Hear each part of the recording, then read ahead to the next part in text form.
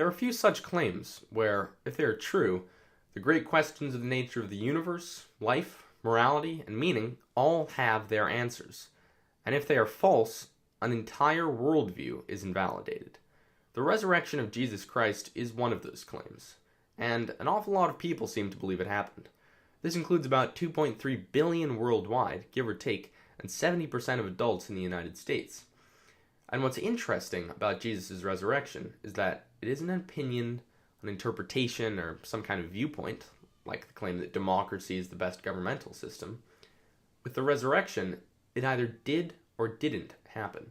So when I first started seriously researching this last June, in preparation for my channel's very first episode, I was surprised to find that the evidence that has convinced millions of people of this pretty extraordinary claim was not just unimpressive, it was unsubstantial.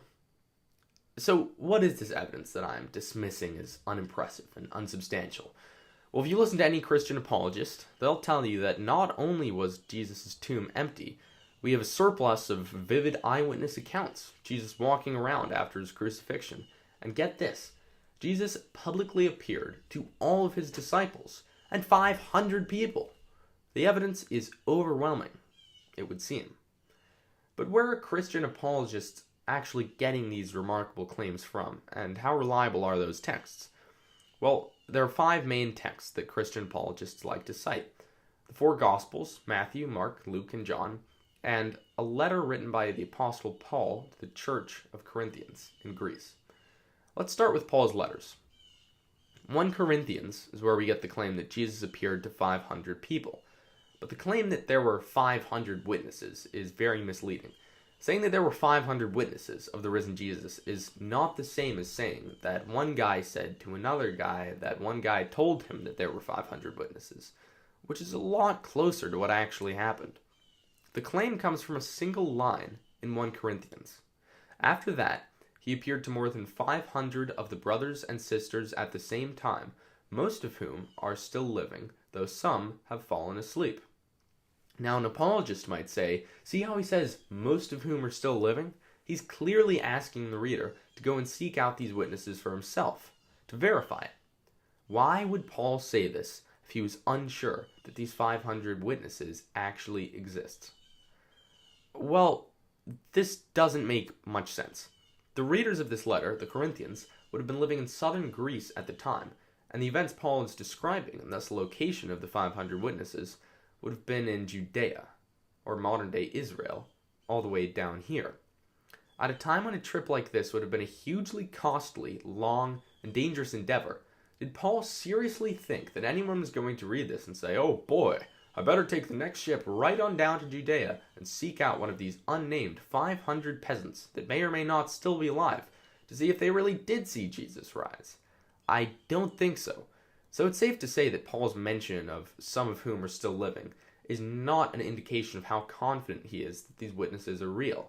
Instead, it's a lazy effort to make this claim sound more credible, because, oddly, Paul mentions no sources, no contacts, and just nothing remotely specific about where, how, and why the risen Jesus showed himself to a crowd of 500. It's just an offhand remark, and whether you like it or not, anyone back then could have said that 500 or 10,000 or billion people saw something remarkable happen if they know that there is no way you can verify that statement. Furthermore, what Paul says after this seems to undermine his whole narrative. Here's the full passage.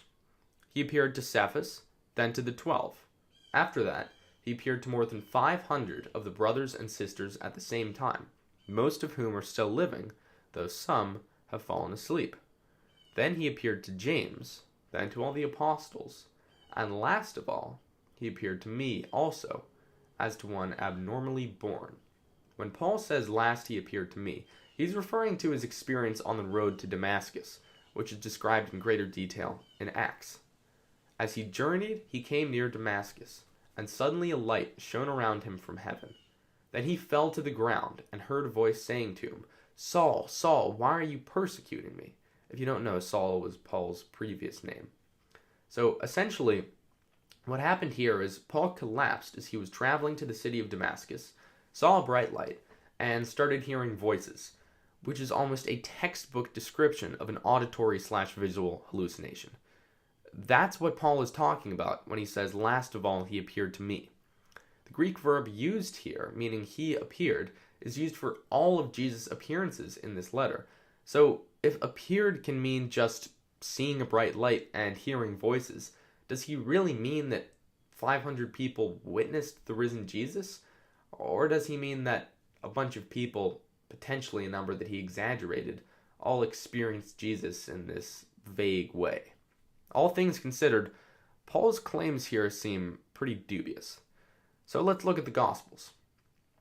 The Gospels are the biographical accounts of the life of Jesus, and all of them end with a description of the resurrection. This is where we get the idea that Jesus' tomb, aka the tomb of Joseph of Arimathea, was empty. The empty tomb by itself is not a very impressive piece of evidence, and I'll explain why in a moment. But where are the detailed eyewitness accounts of the risen Jesus? Where is the direct testimony of a disciple or a believer saying, "Yes, I saw Jesus after the crucifixion," that apologists seem to cite so often? Well, it doesn't exist. That's right, there are literally no eyewitness accounts of the resurrection. Okay, but the Gospels might be based on eyewitness accounts, right?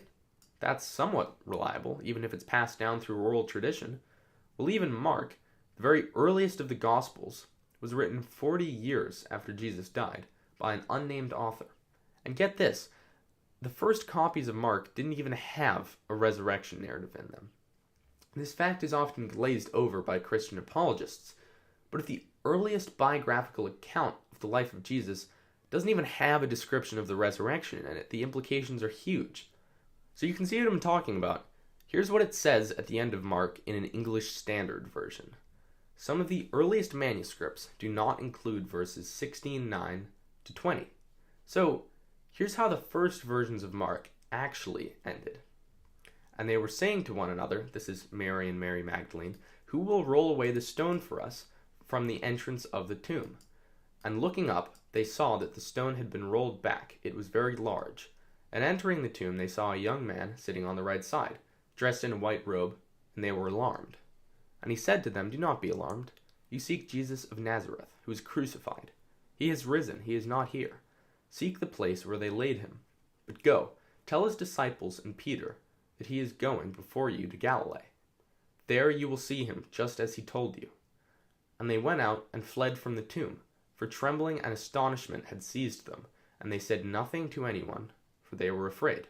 Yeah, that's right. The earliest manuscripts of Mark just end on the two Marys exiting the tomb afraid. There is no description of the risen Jesus. There's no Jesus going and greeting his apostles. It's literally just a guy inside the tomb telling them that Jesus was resurrected. It's not nothing, but if that's the closest thing Mark has to an eyewitness account of the resurrection, I don't even know how this could be used as evidence. It's beyond weak. As for the later Gospels, it's clear that they are not independent accounts which corroborate each other, as apologists would have you believe. Both Matthew and Luke, written 50 and 60 years after Jesus' death respectively, lift entire passages word for word from Mark, and analyses of the three synoptics show that there was a lot of cross-contamination between the texts, which does not line up with the idea that these are independent testimonies. What also doesn't line up is how the Gospels become progressively more divine and miraculous the further away from Jesus' death they are written. As I explained in Mark, the earliest Gospel, there isn't even an account of the risen Jesus. In Matthew and Luke, instead of a man sitting inside the tomb, we now have an angel. And instead of ending with the women running off, afraid, Jesus appears to his disciples, gives a little speech, eats some bread with them, and pieces out. In John, the latest Gospel, there are now not one but two angels inside the tomb, and there's entire mini-narratives that are added, like the story of doubting Thomas, where a disciple touches Jesus' wounds to confirm that he is indeed real. Awfully convenient, isn't it? The dialogue is far lengthier, and not only does Jesus give his disciples bread, he goes fishing with them, has a little feast, tells Simon to tend his sheep, has a much longer speech, and finally he ascends. So why are details being added the further away from Jesus' death we get? Well, the author of John goes ahead and tells us. These are written so that you may believe that Jesus is the Christ, the Son of God, and that by believing you may have life in his name. It's almost comical how much detail gets added. These things are not at all characteristic of reliable historical narratives. Now, I'm not saying that the fact that later Gospels are quite embellished totally invalidates them.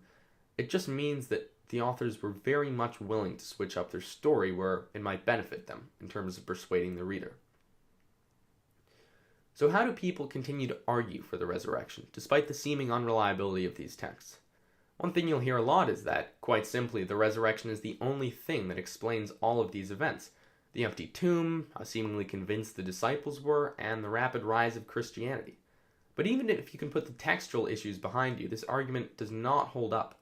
First of all, the rapid rise of Christianity only proves that it was a very appealing worldview, not that it was true. If the rate at which a religion grows proves its legitimacy, then the growth of Islam, and the military victories associated with it, would make it a much better candidate than Christianity. As for the empty tomb, there are a variety of explanations. The body was stolen, the woman went to the wrong tomb, Jesus was put into a mass grave, the list goes on. I agree that some of these explanations may seem implausible, but hold on, you can't play the implausible card if you're arguing for a literal resurrection. So let's take a theory that, just for example, most people agree is a pretty ridiculous one. Jesus didn't actually die on the cross, and when the disciples reported seeing him later, they actually did see them. It's because he survived. Now, the notion that he survived crucifixion, I just want to say, is indeed a ridiculous one. The Romans knew how to kill people, as Christian apologists will point out in response to this. But the idea that a dead guy crawled out of his tomb over the weekend isn't just ridiculous, it contradicts everything we know about how humans work. It feels weird that I even have to say this. So regardless of what the texts say, as long as there is a naturalistic explanation of any kind that doesn't involve someone getting resurrected, then there's no reason to believe the latter. Trent Horn's argument in his video, "The Resurrection Question Skeptics Can't Answer," perfectly demonstrates this fallacy. So let's take a look at his supposed gotcha question that no skeptic can answer. Can you show other examples of groups of people having a grief-induced hallucination similar to the one you claim that the apostles had? So my answer would be no. I can't name any case like that of a group having a mass hallucination. But this only has to be answered if we somehow know that all the disciples did actually say they witnessed him, something that's only attested to by Paul's epistles and the Gospels. This is the problem with the way Christian apologists approach the resurrection. They take 500 witnesses and other information as a given, rather than questioning where we get that from in the first place. But Trent Horn, here's my question for you, and it concerns a phenomenon a lot more fantastic than mass hallucination. We know that people can hallucinate. Maybe we haven't seen people do it in groups, and maybe psychology doesn't support this, but there's nothing ruling it out as a total biological impossibility. When we compare this to someone getting resurrected, the difference seems pretty stark. So why is the more parsimonious assumption that Jesus actually did rise instead of some other kind of phenomenon happened? For anyone interested in hearing more about this and seeing these arguments in action, please check out my first episode, in which I discuss the resurrection and the reliability of the Gospels. It's a good one.